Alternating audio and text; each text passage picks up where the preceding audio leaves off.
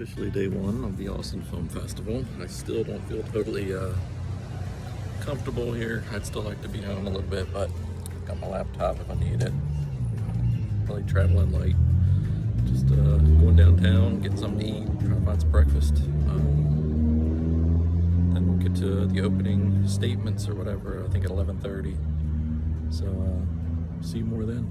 All right, see ya. So I did go downtown to a place called The Traditional and had a traditional breakfast. It was a brisket omelet and it was delicious. After that, I took a walk towards my next destination.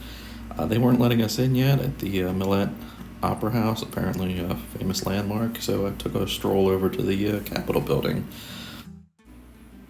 The film festival doesn't let you record inside any of the conferences, which I understand. So unfortunately, I don't have any footage of that. Also, my phone is constantly dying, and there's not a lot of places to charge while you're going from spot to spot. So unfortunately, I don't have any actual footage of the meetings, but I will give a breakdown of some of the things that they said and that we learned a little bit. Okay, so I'm back at the hotel. I'll give a quick rundown of some of the things that they talked about in the meetings. Got my Vincent Price shirt on for good luck. The first meeting was just the opening comments and talking about the festival itself and how the term they keep using is magical, how things that happen here are pretty amazing and that they don't always happen at other film festivals. Haven't seen that yet, but I'll take their word for it. It's only been day one. There was a gentleman there. He had been a friend of the festival. He's had a very good presentation. It was actually quite emotional about how he used to be part of the group out in the audience, and now he's up on stage giving the presentations, and it just shows you that it can be done. Like, you feel like it's hopeless sometimes, and that there's things, that are out of your power, and it's like, well, I don't know anybody. I'm not as good as so-and-so, but these people were in your seat not that long ago, so that was kind of a motivation. He was really good. All the speakers were great, but that one especially, I think, hit home with a lot of people. From there, I went to the not being afraid of the pitch, and that was pretty helpful too. It was a gentleman who's sold some of his pitches, some of them internal, some of them for specs, and he gave some good advice on getting down to why people are afraid of pitching. And in some cases it's embarrassment, in cases, I think in my case, it's just not knowing the material enough and not being confident in breaking it down to its essence and then communicating that to someone so they can see that movie in their head. So there's different reasons, and I think you just break it down and you try to find, why am I afraid of pitching? Why is it scary to me? And then try to get to that root and see if you can find a way around it. Like in his case, I don't want to tell too much of his personal story that he shared with us, but he felt that it was someone in his family who had passed away, and that they'd be judging him. And after talking with somebody, they said, well, if he was still here, what do you think he would say? And they were like, well, he'd support me 100%. And so he reminds himself that, and it gives him the confidence that he belongs here. And I think that was a big theme of yesterday, is that we belong here.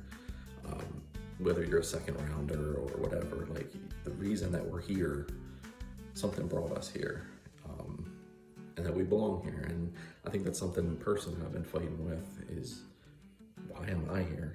Why is unproduced, uncredited, and unsold writer from Baltimore going to the Austin Film Festival, one of the top ones maybe in the world, and we're all in that same boat. We're all, have those same doubts. Okay, if it looks like I'm in a closet, it is because I'm halfway in a closet. The air conditioner kicked on, and it's really hard to record any audio over there. Okay, so this is my second attempt. I just did probably my best video ever, and record wasn't on. So let's see where I left off. I'm also getting a weird reflection with my glasses. Let me see if I can do this without them. Okay. So anyway, after I went through the so of course now I'm going to stumble over my words because the amazing take is gone. But they after we left the how to pitch, we went to selling specs, and there was 3 guests who have sold specs, which is very hard to do. And one of them was involved in the movie Air. That was a spec script that, again, breaks the rules that tell you don't write about IP that you don't have. It's not quite IP, but it was about Nike and Michael Jordan and all this stuff. And he's like, there's no way this is ever going to get made. But it was something he was passionate about, with sports and stuff like that, and he wanted to write something he was passionate about. And guess what? That's the one that gets picked up, because your passion is in the writing. Which brings me back to a comment I was making in the video that didn't save. There's rules, but not really. There's not really rules. They tell you to do, no voiceover, no this, no back, flashbacks and stuff. But if you write a great story, that's what matters. Write a great story. If you need a flashback, do it. If it adds to it, go for it. But be passionate about it. Write a story that you care about. Because if you're not passionate about writing it, no one's going to be passionate about reading it, especially producing it. But anyway, one gentleman asked about, like, I'm a second rounder, what do I do now? And the answer is write another script. It's always write another script. You just got to keep going. You're not going to write one and it's going to be amazing. Even the 2 guys and 1 woman that made their spec script sales, it wasn't their first script ever. They had written a lot before. And even when you sell that spec, it's not the end. Like, it's a gig type economy. You sell the one, you're not a millionaire, you can't retire.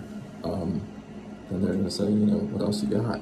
And there was a little bit of talk about being pigeonholed. Again, I think that's a concern we don't need to worry about. If you write an amazing script, no one's going to care that your last amazing script was a horror.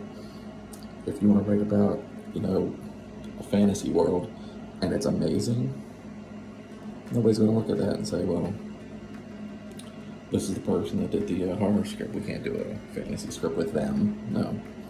They want amazing scripts. And I think I talked about this in the video that didn't save. I hope I'm not repeating myself in the video that is saving. The term gatekeeper. Personally, I'm not a big fan of the term gatekeeper, because that makes it gives the impression that people are trying to keep you out because you're not special and they are, kind of thing. It creates like a upper class, lower class kind of dichotomy, and that's not really the point of having readers and agents and managers. It's just that there's so many scripts, and they want to find good ones. They want to let the good ones in. And a lot of us, including myself, you have to look at it from time to time and say, what I wrote is just not good enough. Don't so much say, I'm not good enough. Say, this story either isn't a story that people want right now, or it's not executed well enough to sell right now. And that's okay. We learn from that and we move on and we do something better. We find out what we did wrong or didn't execute perfect, and we do it again. And going back to that second round where you're like, what do I do next? You write another one. You keep writing. You find something you're passionate about and you execute it well.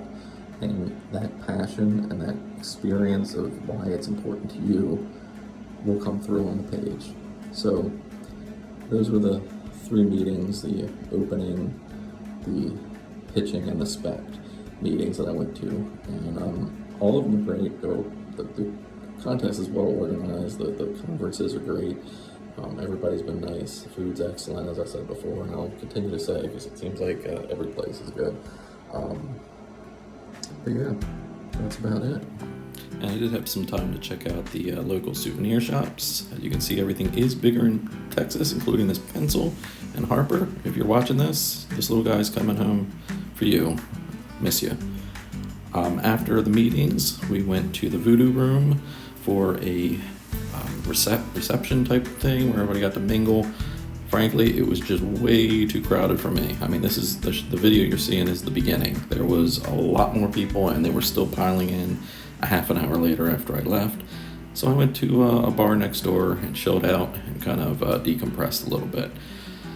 And then I went and had dinner, and that was it. So it was a good, productive day, and I'm excited for day 2. See ya.